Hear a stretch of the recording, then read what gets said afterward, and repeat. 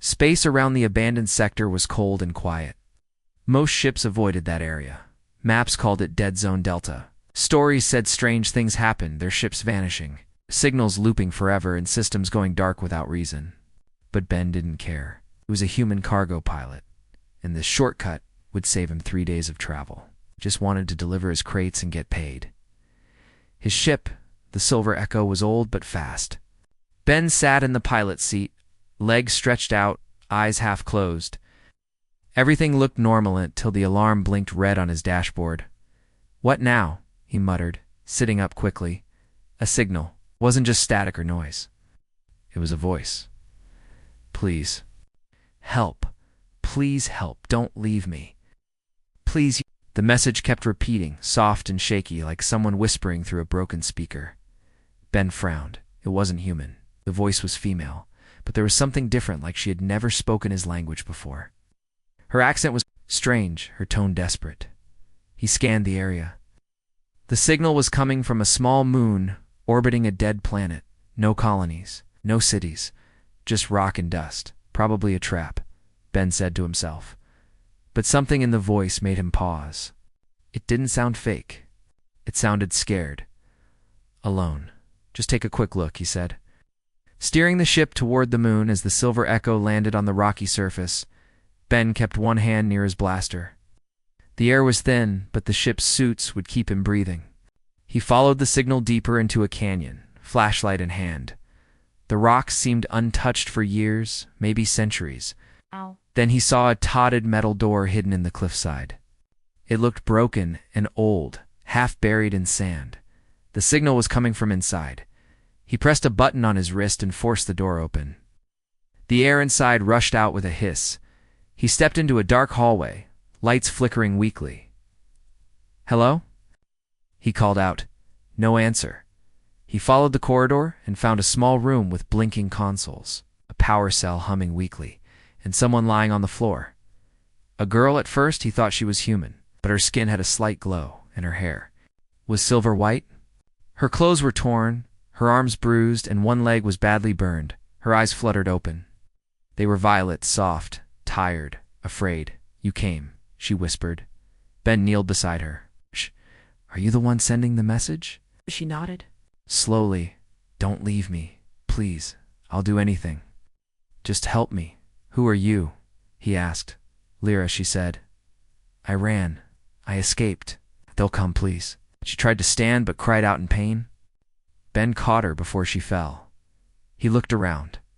The bunker was small. No weapons, no food. Just her, barely alive. "I can take you to my ship," Ben said. "You need help?" Her eyes filled with tears. "You won't leave me?" He shook his head. "Not yet." He carried her carefully back through the canyon. Out. She clung to him like a child. Her body was warm but shaking. When they reached the Silver Echo, he placed her on the medical bed and began treating the burn on her leg. His medkit wasn't built for aliens, but it worked well enough. Lyra winced but didn't complain. Her eyes never left his face. "Thank you, human," she whispered. "Name's Ben." "Ben," she repeated. Strange, but nice. Once she was stable, Ben gave her water and a protein bar. She took small bites, chewing slowly. "You said you escaped," Ben said. "From who?" She looked away. "The Zarketh. I was part of their army. But I didn't want to fight. They called me a traitor. Locked me here." "Alone, Zarketh Union?" Ben asked. "They control the outer rim. Humans try to avoid them." "I know," she said, "but you still came." We leaned back, watching her carefully. "Why send the message like that? Why make me happy forever?" She lowered her head. "I didn't know if anyone would answer. Thought if I promised something, maybe someone would listen." Ben didn't know what to say. She looked at him again. "I meant it. If you help me, I'll never forget it." "Help you. Anything you want. Just don't send me back." He stood and walked to the cockpit. Her words rang in his ears. He wasn't used to being needed. Most people just wanted his cargo, not his help. But this girl, this alien, was different. After a moment, he made a choice.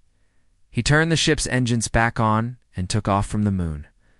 Lyra crawled to the door of the bedroom, holding onto the frame. "You're not leaving me?" He smiled. I said, "Not yet. Looks like we're both running from something." Lyra gave a soft laugh. "Then we run together."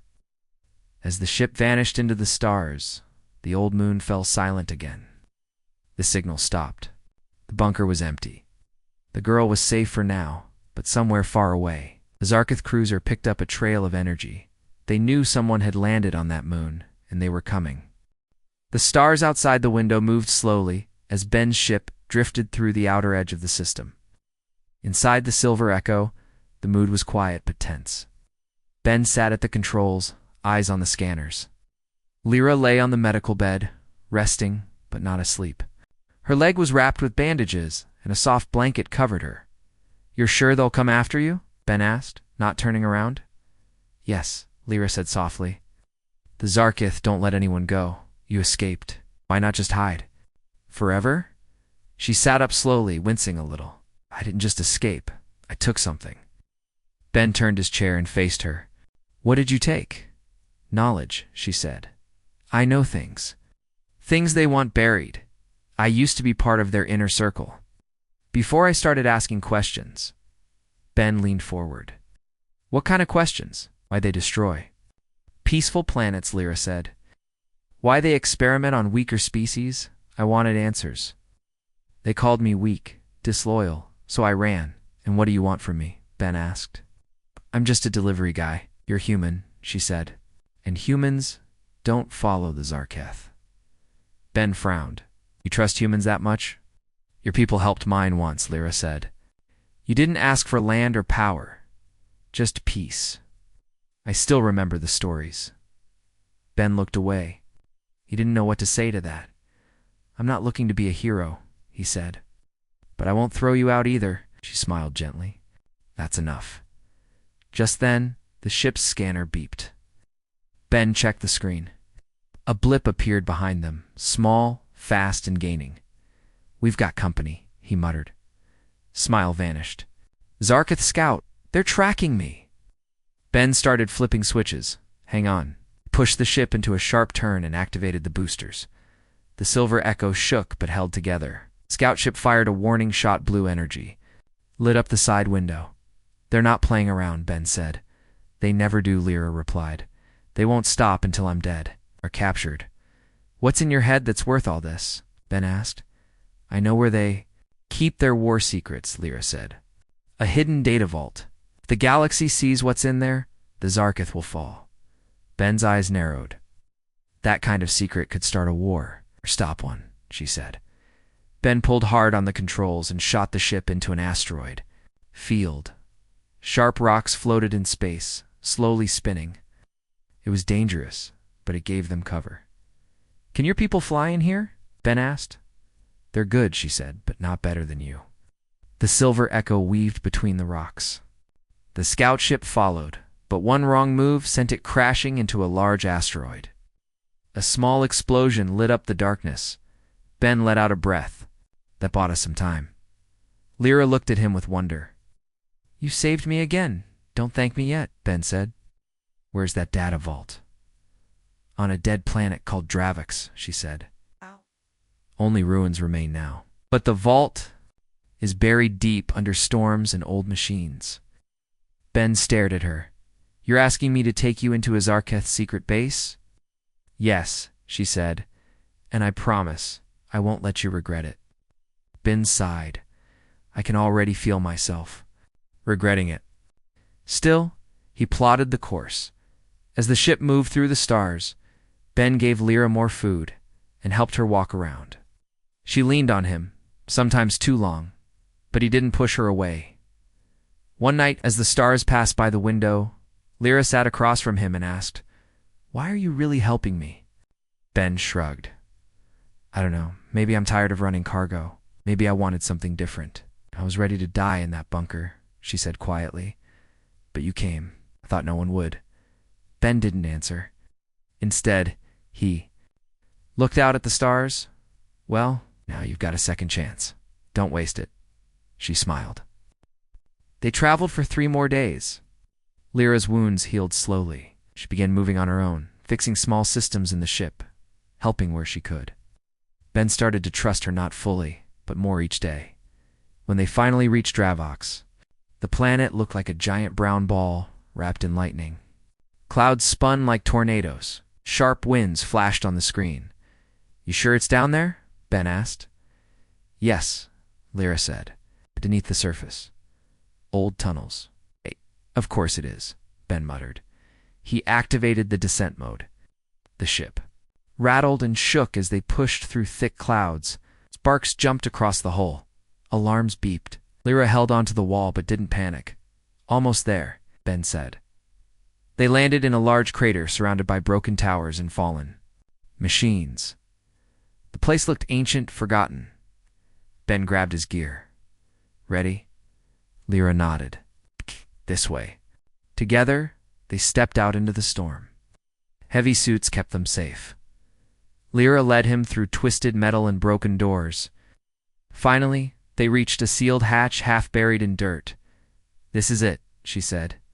Ben looked around. No guards. "Not anymore," she said. "This place was erased from the maps. Only I know the path." He helped her open the hatch. A cold wind rushed out from below. They climbed down into darkness, one step at a time. As they reached the bottom, a green light flickered on. Machines still hummed. The vault door stood before them, big metal, and locked with strange symbols. Lyra pressed her hand to a scanner. The door clicked and opened. Inside were rows of data cores, glowing softly. This is everything," she whispered. "Proof of every secret mission, every lie, every weapon test." Ben stared. "We take this, and the galaxy changes." "Yes," she said. "But once we take it, they'll know." Ben looked at her. "Then we better be fast." They began downloading the data. Outside, far beyond the planet's orbit, the new Zarkith ship appeared twice the size of the last one. They had arrived. The green light from the data cores reflected in Ben's eyes. He watched the download bar slowly move across the screen while Lyra stood beside him, arms crossed tightly. The room around them buzzed with quiet energy. It had been sleeping for years, maybe longer, and now it was alive again. "How much longer?" Ben asked. 10 more minutes, Lyra replied. "That's a long 10 minutes. She nodded. "We don't have much time." Far above the planet, the Zarkith ship had arrived. Huge and dark, it floated in orbit like a silent beast. Its scanners swept the surface. Deep inside the ship, a commander named Vrax watched the readings. "She's here," Vrax said coldly. "Prepare landing team. I want her alive." On the ground inside the vault, Lyra paced slowly. "I never thought I'd come back here," she said. "This place, it was once full of voices. Now it's only ghosts." "Did you know them?" Ben asked. "Some," she said. "Others just followed orders. I was like them once. I believed everything." Ben looked at her, and now she looked back. "Now, I believe in you." Ben blinked, surprised by her words. Before he could respond, alarms began to ring. Red lights flashed across the ceiling. "They've found us," Lyra said. Ben pulled out his blaster. "Download 80%, she said. He gritted his teeth. "We don't have time for slow." "I'll hold the transfer," Lyra said. "You keep them off us." Ben ran back up the tunnel. The wind outside howled harder now. Dust and sparks flew through the air. From behind a broken tower, a Zarkith dropship landed, its legs crushing metal and stone. Armored soldiers jumped out, their glowing helmets scanning the area. Ben aimed carefully and fired. His shot hit the first soldier's pack, sending sparks flying. They returned fire, blue beams slicing through the air. He ducked behind a wall and shouted, "They're here." Lyra's voice came through the radio. 5 more minutes. That's all I can give you." Ben moved quickly, using the ruins for cover. He had no fancy weapons, just skill and luck. He threw a flash grenade and rushed forward, knocking one soldier down with a hard punch. Another aimed at him, but Ben rolled aside and fired again. Meanwhile, in the vault, Lyra kept her hand on the control panel. The download reached 90%. Come on, she whispered. Above the Zarkith, Commander Vrax stepped out of the dropship. He was tall, covered in black armor, and his voice was cold. Bring me the traitor, he said. His guards moved toward the entrance of the vault. Ben saw them. He was bleeding now. One arm burned, but he didn't stop. Lyra, you need to leave. Now, he yelled. Just a little more, she answered. The commander entered the vault tunnel, his steps calm. Lyra turned and saw him approach. You're not welcome here, she said, standing in front of the console. You stole what belongs to the Union, Vrax said, and you brought a human.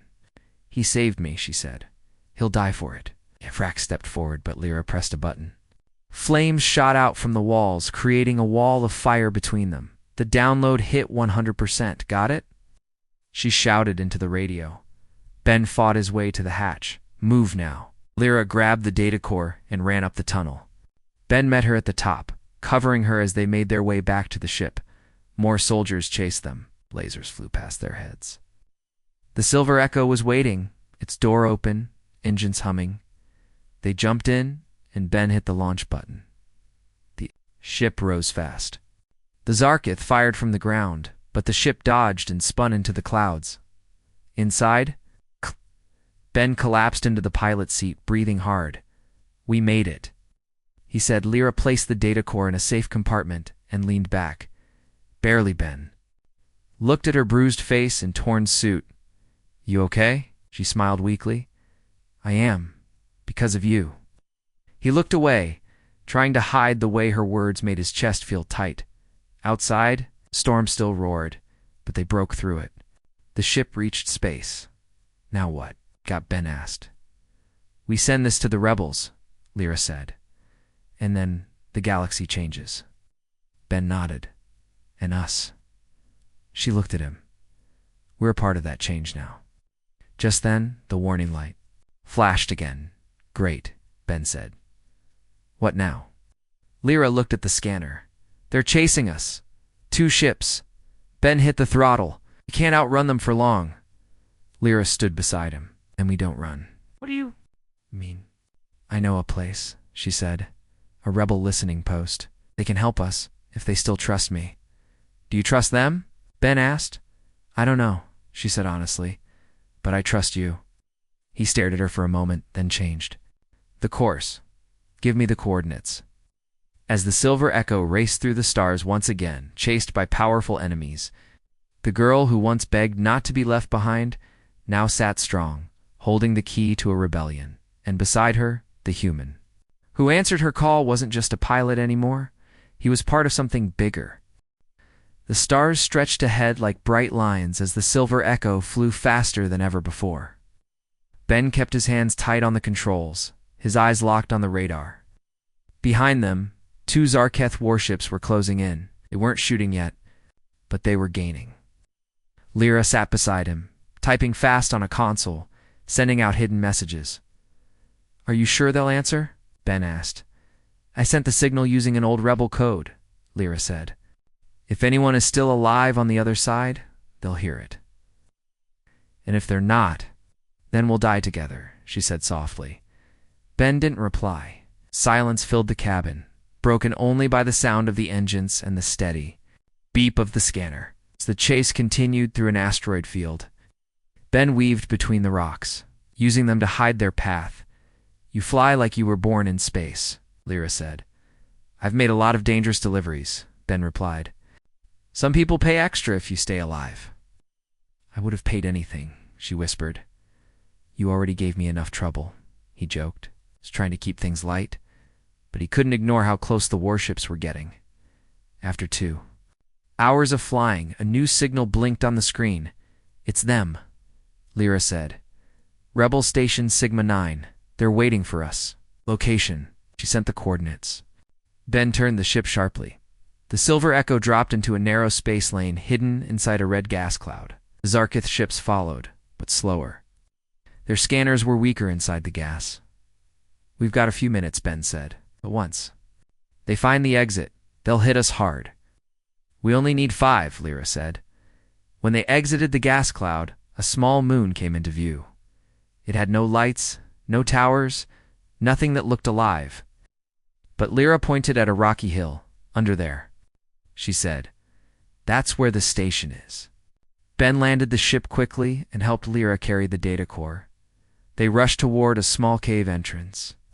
It opened when Lyra placed her hand on a stone panel. Inside, the lights flickered on soft blue and white. A voice echoed from deep within. "You brought the storm with you, Lyra." Tall alien stepped forward. His face was marked with scars, and his eyes were full of both pain and wisdom. Torin, Lyra said, "You're still alive." "Barely," he replied. "And now you come running with a human." Ben stepped forward. "Not just any." Human Torin looked at him. "No, you're the one who answered her call." "I saved her," Ben said. "And now we're saving others." Torin looked at the data core. "Is that what I think it is?" "It's everything," Lyra said. "War crimes, secret missions, experiments." The Zarketh kept it hidden, but now it's time the galaxy knows. Torin hesitated, then nodded. "Come inside." They entered the rebel station. It was small. Half broken, but it still had working computers and a long communication table. Lyra handed over the data core. Torin plugged it in, and the screens came to life. Images flashed destroyed villages. Alien test subjects' silent planets turned to ash. "How did you get this?" Torin asked. "I remembered the old path to the vault," Lyra said. "Ben helped me reach it." Torin looked at Ben again. "You're brave, or foolish, maybe both." Ben said, Torren pressed a button and sent the files to multiple rebel outposts. "This will wake many voices," he said. "The Zarketh will panic." "They already are," Ben said. "They followed us here." Alarms began to blare. Torin's guards ran to the station entrance. "They found us," one shouted. "Defense systems ready?" Torin asked. "Barely." The guard said, "We can hold them for a while." Torin looked at Lyra. "You brought danger with truth. I won't let it die here." Ben grabbed his weapon. "I'll help hold them back." Lyra grabbed Ben's arm. "No, you've done enough." "I'm not leaving," he said. "You asked for help?" I said yes. She looked into his eyes. "I don't want to lose you then. Stay close." The battle began outside. Zarketh ships dropped troops, who rushed toward the cave. Rebel fighters fired from behind rocks and walls. Ben stood beside them, aiming carefully. The rebels were outnumbered, but they had something the Zarketh DN single quotes THS dash hope inside the station. Lyra and Torin worked to send the files faster. More outposts were connecting now. People were listening.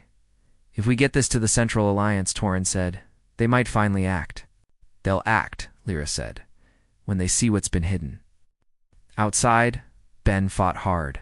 A blast knocked him down, but he pulled himself up, bleeding from a cut on his face. One rebel helped him back to cover. "They just keep coming," Ben said. "But we're not giving up," the rebel replied. Suddenly, a loud boom echoed in the air. One of the Zarketh ships exploded in the sky. Ben looked up. "Who did that?" More ships appeared, rebel ships from nearby sectors. Signal had worked. "They came," Lyra said, her voice shaking. Ships landed, and fighters joined the defense. The Zarketh were pushed back. Their second ship tried to flee, but rebel fighters chased it down within an hour. It was over. The station was damaged, but still standing. Torin, Ben, and Lyra stood in the center room, tired but alive. "We sent the truth," Torin said. "Now the galaxy knows." Ben turned to Lyra. "You did it." "We did it," she said, touching his hand. Torin smiled. "You gave us a reason to fight again. Both of you." Ben looked at the stars on the screen. "What happens next?" Replied, "We prepare for what's coming." 2 suns rose over the silent hills near the rebel station. Broken pieces of Zarketh ships still burned in the distance. The air smelled of smoke and metal. Ben stood on a ridge looking at the wreckage, his arms crossed and face tired. Lyra walked up beside him, wrapping a light scarf around her shoulders. "Couldn't sleep?" she asked. Too quiet now, Ben replied. After all the noise, it feels strange. You did well out there, she said. I didn't expect to survive, he said, glancing at her. But maybe that's what makes it matter, she gave a soft smile and looked at the rising suns. Many voices heard our message. It's spreading fast. Even neutral worlds are starting to speak up. Ben sat down on a rock and looked up at her. And you, what will you do next? She sat beside him. I used to run. Now, I think I'll stand and fight. He nodded. What about us? Lyra looked down at her hands. I told you once. If you saved me, I'd make you happy. You did, Ben said. Even with all this madness. Her eyes softened. You still trust me? I wouldn't have followed you into a war zone if I didn't. She laughed quietly, brushing her hair away from her face. You're strange, Ben, but brave. Before they could say more, Torin's voice came through the station speaker. Both of you report to the command room. Something urgent. Stood quickly and rushed back. Inside, Torin stood in front of a large screen. Dozens of small windows showed rebel leaders, independent fighters, and hidden outposts all connected through the network. What's going on? Ben asked. Torren pointed at the center screen. It showed a planet covered in darkness and flames. This is Norvan, Toran said. A small world near Zarketh space. They just attacked it. Thousands gone in minutes. Why? Lyra asked. Because the people spoke up after seeing the files you sent, Torin said. They protested. The Zarketh answered with fire. The room went quiet. Ben clenched his fists. So they're showing the galaxy they don't care. Exactly, Torin said. But they made a mistake. Survivors recorded the attack. Have video. The galaxy is no longer blind. What do you want us to do? Lyra asked. Take the files to the Central Alliance, Torin said. They're slow, but they still hold power. If they confirm this. Ben raised an eyebrow. Won't they just hide it? Not if we deliver it in person, Torin said. With witnesses. With proof. Lyra nodded slowly. Then we leave right away. Torin handed her a sealed case. This holds everything. And one more thing? He gave Ben a small chip. What's this? Ben asked. A weapon, Torin said. It's not a bomb. Information. Codes. Weaknesses. Ship paths. Everything we stole from the Zarketh over the years. Use it if they block your path. Well, dent it into his belt. We'll get it done. They returned to the Silver Echo and began preparations. Ben checked the engines, shields, and weapons. Lyra carefully locked the data case in a hidden panel. They didn't speak much. They didn't have to. As they lifted off, the rebel station shrank behind them. Ben glanced back one last time. Do you think the Alliance will listen? He asked Lyra. Looked ahead. They'll have no choice. The journey was dangerous. Zarketh patrols searched every major space lane. Ben used old smuggler paths, weaving through asteroid belts and abandoned trade zones. Lyra stayed close, checking the files. Again and again, making sure nothing was damaged. One night during rest mode, they sat in the mess room. Ben drank hot tea while Lyra stared at the stars through the window. Do you ever wish you could go back? Ben asked. Back to what? She said. Before all this, Lyra thought for a while. I was born in war, raised to follow orders. There's nothing to go back to, and now. She turned to him. I want a future. Maybe even with someone. Ben looked down, hiding a small smile. Yeah, me too. Before they could say more, alarms rang again. Zarketh ship approaching, the computer said. Ben rushed to the cockpit. How did they find us? They must be tracking the data core, Lyra said. They won't stop. Ben gripped the controls. Time to use Torin's gift. He inserted the chip into the system.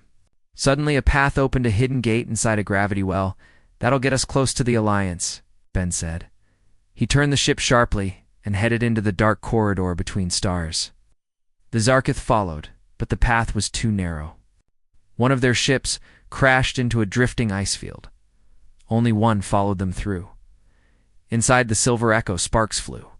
One engine was hit. We're not going to make it, Ben said. Lyra took a deep breath. Then let me try something. She stood up, walked to the back of the ship, and opened a hidden panel. Inside was a glowing stone, something Ben had never seen before. What is that? Something old, she said. A gift from another world. It reacts to intent. I never used it, because I didn't believe in myself, and now I do. She placed her hand on the stone. The ship glowed slightly. Outside, the remaining Zarkith ship began to slow. Its weapons turned off. Then, without warning, it turned and flew away. Ben stared in disbelief. What just happened? Lyra smiled. Sometimes, the right signal can change everything. Ben brought the ship back on course. Ahead of them, a giant space station appeared, the Alliance capital. Tall towers, spinning rings, guards, and lights. We made it, he said.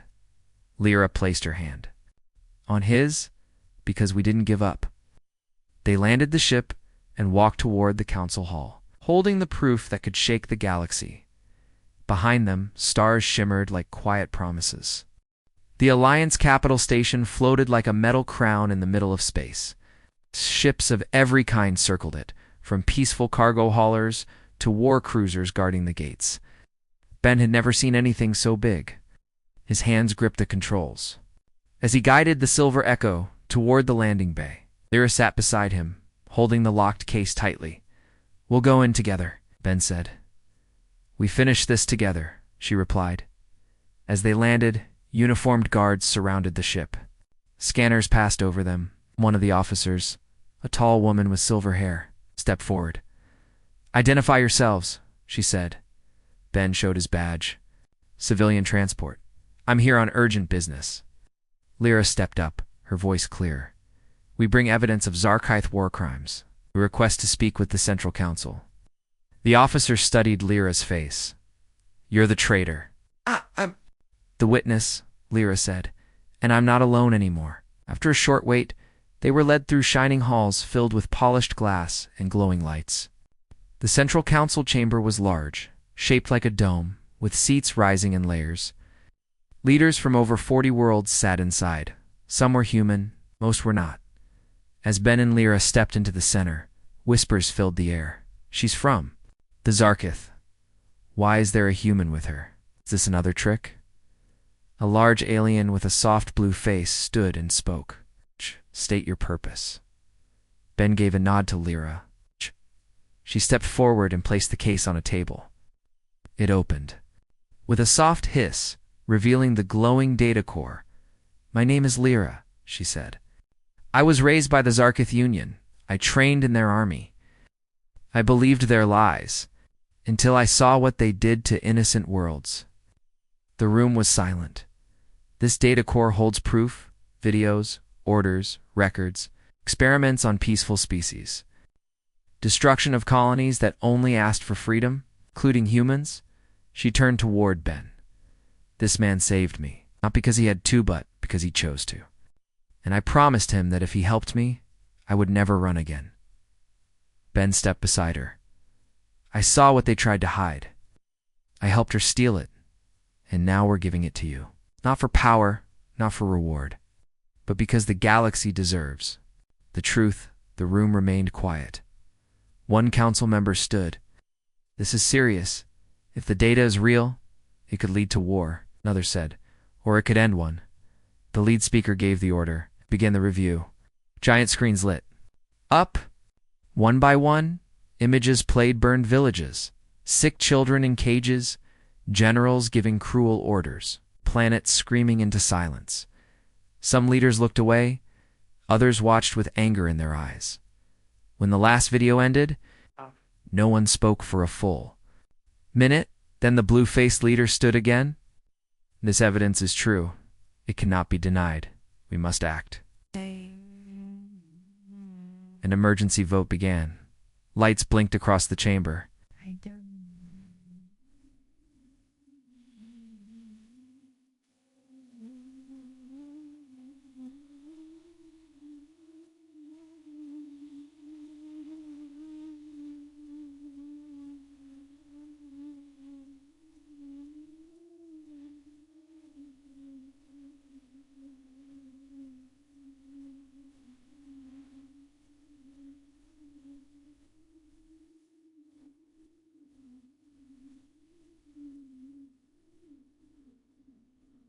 Green 4, yes. Ben and Lyra stood quietly, holding hands. The final count showed a clear answer. Action approved. Cheers broke out. Some council members stood and clapped. A few still looked unsure, but none could ignore the truth anymore. The leader turned to them. Your actions have changed the future. The Alliance will no longer stay silent. Outside the station, a message was sent to every major system. Rebel ships were called forward. Zarketh ambassadors were removed from their posts. Within hours, the galaxy knew. Lyra and Ben sat alone in a quiet room afterward. The weight of everything finally sank in. You did it, Ben said softly. Lyra shook her head. We did it. He smiled. Remember what you said when I found you? She nodded. Please help. Don't leave me. And I didn't. He said. She leaned against his shoulder. And I never will. For the next few days, the Alliance began building new defenses, sending aid to damaged worlds, and calling more rebels into the light. Torrens sent a message from his station. You gave us hope. You gave us a voice again. Ben and Lyra were offered medals, but they refused them. We didn't come for glory, Ben said. We came for change. One morning, as the sun rose, over the Alliance garden deck, Lyra stood quietly, watching the golden light through tall glass panels. Ben joined her, holding 2 warm drinks. So he said, What now? She turned to him. I want to build something, not just destroy what's wrong. I want to help others like me who are lost, scared, and alone. I'll stay with you, he said. Even if it gets dangerous again, he smiled. Especially. Then, they walked side by side through the blooming garden, passing new visitors, new faces, and new stories just beginning. The galaxy had changed because one human answered. A strange signal, and one alien girl believed someone still might care.